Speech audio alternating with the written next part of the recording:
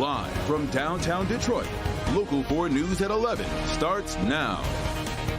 Thousands of DTE customers without power after another round of winter weather hits southeastern Michigan.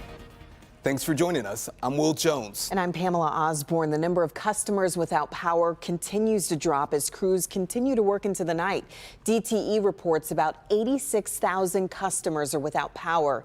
That's down from about 183,000 we reported tonight at 6. With another storm causing outages, DTE says they understand frustration from customers. I also understand the frustration. I've heard from multiple customers that lost power. We got it back 2 or 3 days ago, and they're out of power again. And we understand how frustrating that is, and it's not the customer experience that we want for our customers. And tonight we're hearing from some of those customers who simply want their power restored. That includes one Wayne County family with a newborn baby. Jacqueline Francis is live in Livonia after talking with them. Jacqueline? Will and Pamela, that family lives in a neighborhood here in Livonia. They managed to keep their lights on overnight. It wasn't until this afternoon that the power went out. Their first thought, how to keep their newborn baby safe and warm. We were fine last night. It was flickering a little bit, but then it came back on. And then we were just hanging out here with our little 2-week-old newborn, and around 3 p.m. it just had turned off. That was 3 o'clock Saturday afternoon. About the same time, DTE put out an update estimating 95% of its customers without power will have it restored by Monday evening. I kept looking on the DTE outage map, and now it says it's not going to be restored till Monday. So we don't know what we're going to do with our little guy, so we're kind of worried here. Logistics of where to go growing more complicated by the fact relatives are also without power. We're going to go over to my parents' house, but my brother doesn't have power, so he's got his son there and his fiance and their 2 dogs, so they're full house over there. Down the street, another family figuring out their own game plan. And then the power came back on around 4 o'clock or about 3 o'clock this afternoon. And half an hour later, Paul called again, said his power is back out. So this is 2 times for him, once for us. The father and son duo swapping the new generator back and forth. Well, I got the generator because of Paul, and it worked out for me because our power went out completely last night. And if I hadn't gotten it, I would have been dead in the water. So now it's back at Paul's house, where the power is out yet again. After this second round of power outages, I'm sure a lot more people will be looking into getting a generator. DTE does remind everyone to never use a portable generator inside. Reporting live in Livonia, Jacqueline Francis, Local 4. All right, Jacqueline, thanks.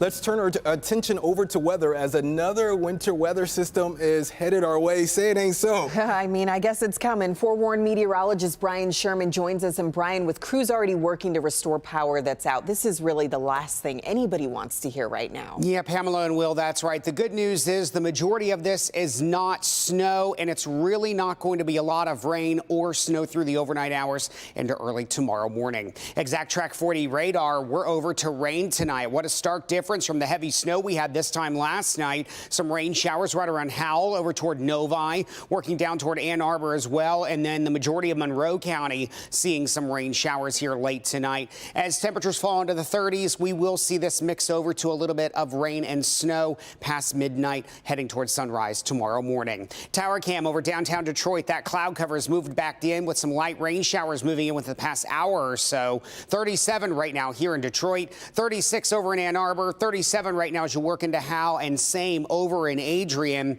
It's a very weak system we've got moving across Lake Michigan this afternoon, around majority of the state this evening, but some of that mixing already starting to show up to the west of Jackson. Expect this trend to continue through the overnight, but primarily a dry forecast for Sunday. Upper 30s by lunchtime, on our way into the lower 40s with some late day sunshine heading into tomorrow afternoon. But we've got yet another round of rain and snow on the way for early next week as well. Details on what you can expect in your complete Forewarned forecast coming up in just a few minutes. Always a good time to download that Forewarned weather app as well. You can get Exact Track 40, Future Track, and weather alerts all in the palm of your hand. You can find it in your favorite app store. Just search WDIV. Thanks, Brian. Tonight, we're seeing firsthand the dangers of yesterday's storm. An 80-year-old man is dead after being hit by a snowplow. It happened last night around 7 on West Huron Street in Ann Arbor. Police say a 58-year-old man was plowing snow in a driveway when he hit the victim while backing up. They say the driver didn't know he hit the man until someone who saw the accident got his attention. We're told the victim was taken to the University of Michigan Hospital where he died from his injuries. On Detroit's west side, police say a woman was killed early this morning by a driver without a license. It happened around 8 on westbound I-96 near Evergreen Road. Police say the victim was standing outside of her car after she crashed from losing control.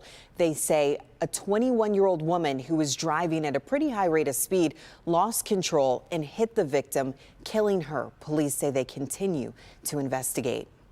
In Oakland County, no one was hurt after a crash involving a Michigan State Police patrol car. It happened in the westbound lanes of I-696 near Greenfield and Southfield.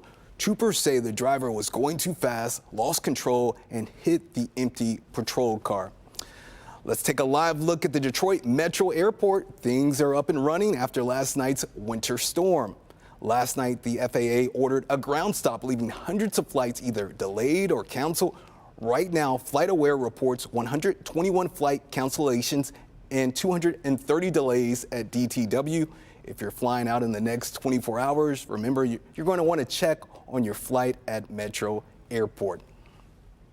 One group in Detroit is helping out the community after yesterday's storm. That's right. Volunteers went out today in the snow to shovel sidewalks and walkways for senior citizens. The group's organizer says this job is an important one. It helps seniors get access to doctor's appointments, grocery stores, and other places they absolutely need to go.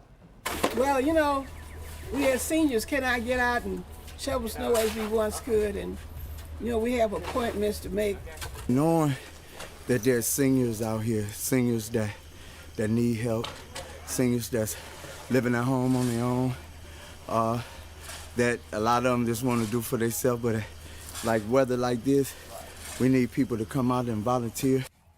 Very thoughtful of Dwight Harris and everybody else who stepped up to volunteer there. That group says they volunteer all year long, even when the snow melts.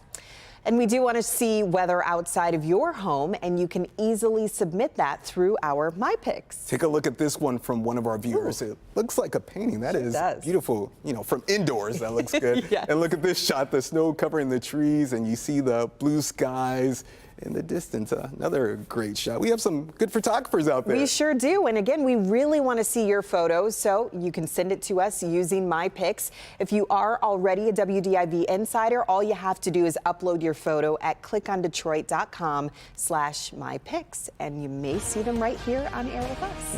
All right, still to come, a terrifying scene in a Maryland neighborhood. A tanker truck carrying flammable liquid overturns and explodes. What we're learning about the scene that could be seen for miles. But first, here at home, a Metro Detroit man facing murder charges in the death of an infant.